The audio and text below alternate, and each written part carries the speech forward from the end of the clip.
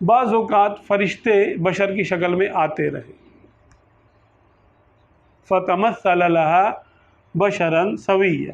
جبریل علیہ السلام حضرت مریم رضی اللہ تعالیٰ عنہ کے پاس جب تشریف لائے اللہ کے حکم سے، تو وہ ایک نوجوان آدمی کی شکل میں آئے، بشر کی شکل میں تشریف لائے.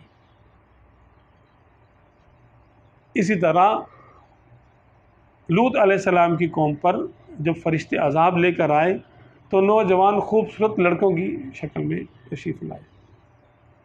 جبریل علیہ السلام آپ صلی اللہ علیہ وسلم کی بارگاہ میں حاضری دیتے تھے، اکثر حضرت مصعب بن عمیر رضی اللہ عنہ کی شکل میں آیا کرتے تھے، آدمی کی شکل میں آیا کرتے تھے.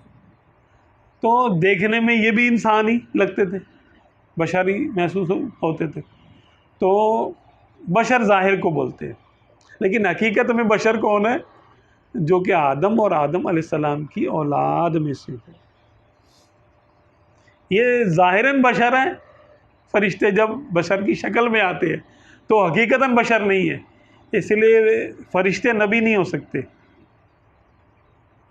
فرشتے نبی نہیں ہو سکتے. فرشتے رسول ہو سکتے ہیں. رسول کا معنی پیغام لے کر جانے والا، پیغام بر، پیغام لے کر جانے والا. تو جیسے بشروں میں رسول بھی ہوتے ہیں تو فرشتوں میں بھی رسول ہوتے ہیں. رسول ہو سکتے ہیں، فرشتے نبی نہیں ہو سکتے.